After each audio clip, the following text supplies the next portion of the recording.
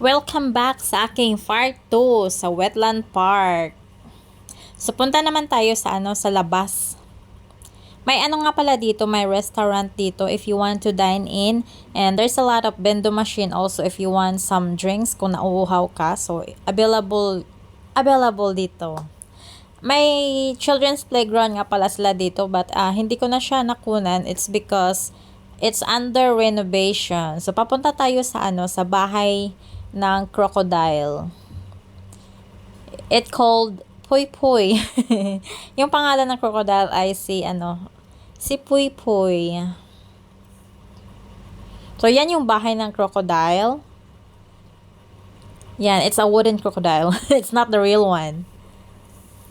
So there's a 3D picture here, which is you can take a photo, you can take a selfie na parang siya, real talaga yung And I got one already. I got already last 2022 because I already come here 4 times ko na tong napuntahan kasi malapit lang kasi sa bahay ni Amo. 10 to 15 minutes walk lang. So it's easy to come here.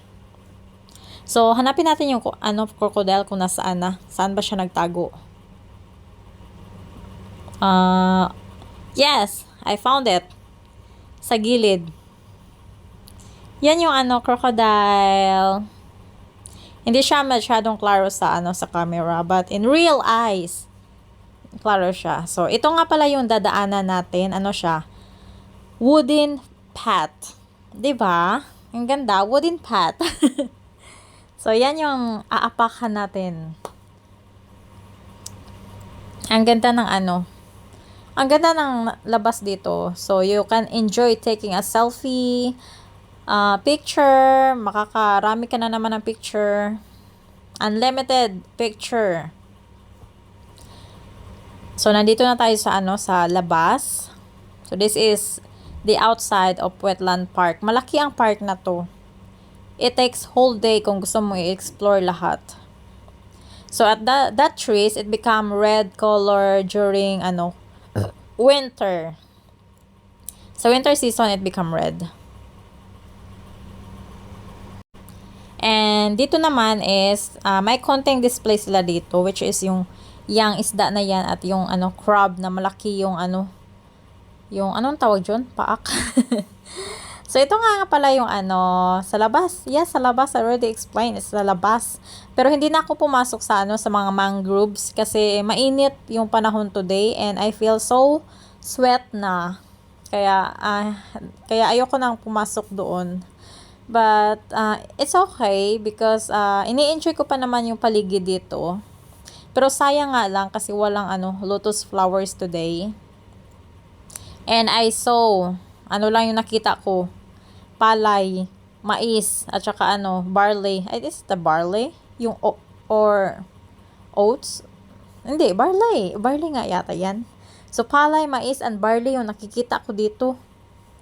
Walang lotus flower, hindi lotus roots. See, look at the lotus. Katatanim lang nila. So sayang, walang mga flowers. May flowers pero konti lang. So, hindi pa siya season. So, ito naman is yung sa labas ng Wetland Park. You don't need to pay for this area kasi nasa labas lang ito ng Wetland Park. So, free to. Hindi yung sa pinuntahan ko una is may bayad yun. So, ito is nasa ibabaw to ng Wetland Park. Kaya, it's free to climb up. And ito yung sa ibabaw ng Wetland Park. So, mag-i-enjoy ka pa rin dito sa taking photo kasi maganda pa rin yung view, 'di ba? Yung view ng mga building, yung view sa baba, and 'di ba, ang ganda. Very colorful yung building. Bulol na naman tayo. So that's it. Thank you for watching. See you in my next journey. Bye-bye. See you next time.